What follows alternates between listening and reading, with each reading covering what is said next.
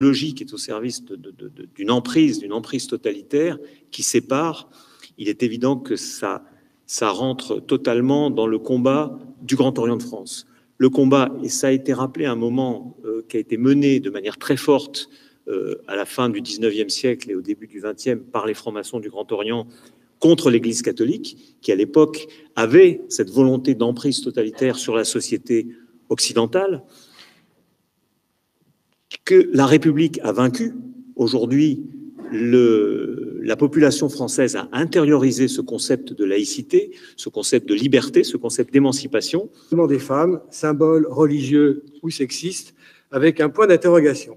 Alors, pourquoi avoir choisi ce sujet dans ce lieu qui se revendique de tant de principes placés au cœur de la République laïque? Est-ce que la question n'a pas été réglée par la loi de 2004?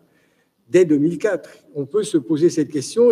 Cette loi, il est vrai, n'a visé que les élèves des écoles publiques, mais est-ce que cette loi, du coup, à contrario, n'inscrit pas dans le droit positif le voilement des femmes comme la manifestation d'une appartenance religieuse? Ce sont les termes de l'intitulé de la loi qui, je cite, encadre en application du principe de laïcité le port de signes ou de tenues manifestant une appartenance religieuse.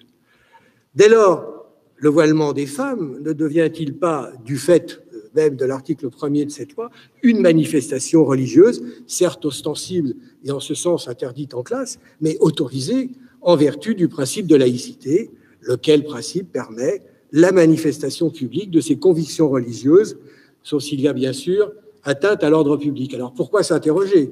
Mais c'est un signe, c'est le signe sexiste. Ça ne change rien.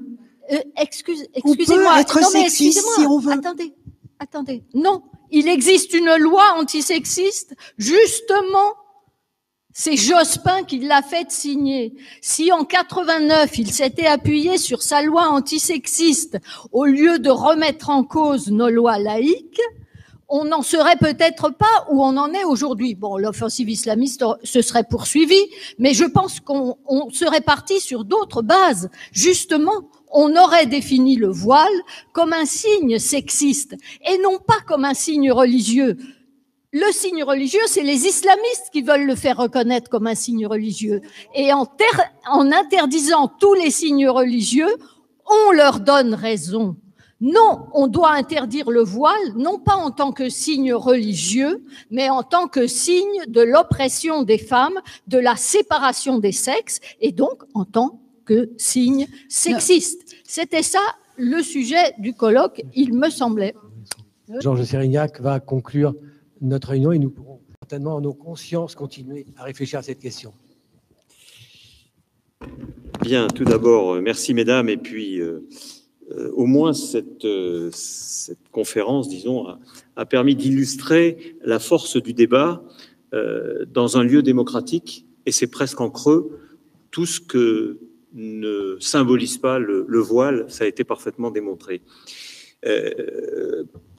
Je vais aller évidemment très vite parce que malheureusement, comme l'a dit Jean, nous n'allons pas pouvoir faire la fameuse séance de questions parce que nous avons des impératifs horaires qui nous contraignent à devoir quitter ces lieux rapidement ensuite. Donc, je crois qu'en tout cas, ce qui est certain, c'est qu'à travers cet échange et le nombre de questions qui ont pu être posées, il est impératif de refaire une autre conférence de ce type. Et j'espère que vous aurez les possibilités de nous rejoindre une autre fois. Donc, je vais moi-même conclure très rapidement. C'est la tradition que le grand maître du Grand Orient de France conclut ce colloque, mais je vais le faire de manière très rapide. Je veux dire qu'évidemment, ce qui a été montré, c'est que, contrairement à ce qui est souvent dit par les défenseurs non musulmans du voile, ça n'est pas un serre-tête, ça n'est pas un foulard, ça n'est pas un bout de tissu, c'est évidemment beaucoup plus que cela.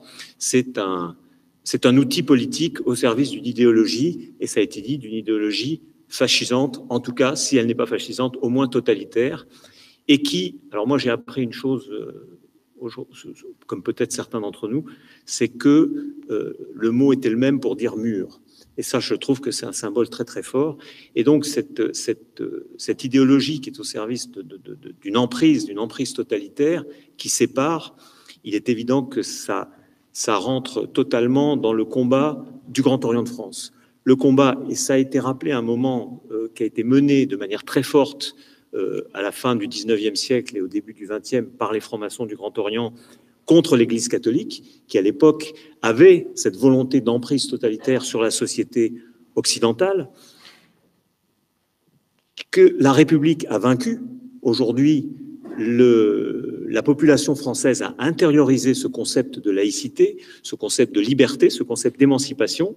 Le dernier sondage que nous avons fait, qui concerne le Concordat, a montré que près de 80% de la population française était pour l'abrogation du Concordat, contrairement à une idée reçue, que même d'ailleurs la population d'Alsace-Moselle, en majorité, même faible, mais en majorité tout de même, était pour l'abrogation du Concordat.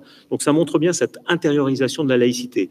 Et moi, à travers ce que vous avez pu dire, on pouvait penser à certains moments du débat, mais que c'était un combat très difficile, mais sûrement pas perdu. Je crois à l'inverse, qui en tout cas dans notre pays, et qui après probablement, c'est tout l'espoir que nous avons, profitera à d'autres populations. Je crois que dans ce combat culturel, parce que je crois que c'est vraiment absolument essentiel, ce combat culturel, l'intériorisation de la laïcité républicaine est aujourd'hui, et moi j'ai participé comme beaucoup d'entre nous à de nombreuses conférences, et vous aussi sûrement, mais est aussi intériorisée par des populations d'origine musulmane en France. Et je pense que cet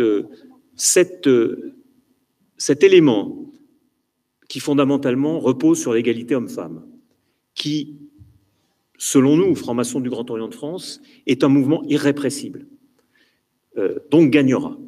Après, il y a des combats difficiles, il y a des mouvements de flux et de reflux, mais nous pensons vraiment ça, et en tout cas, nous sommes au service de cette cause, comme nous l'avons été il y a un siècle par rapport à l'emprise de l'Église catholique. Voilà, je voulais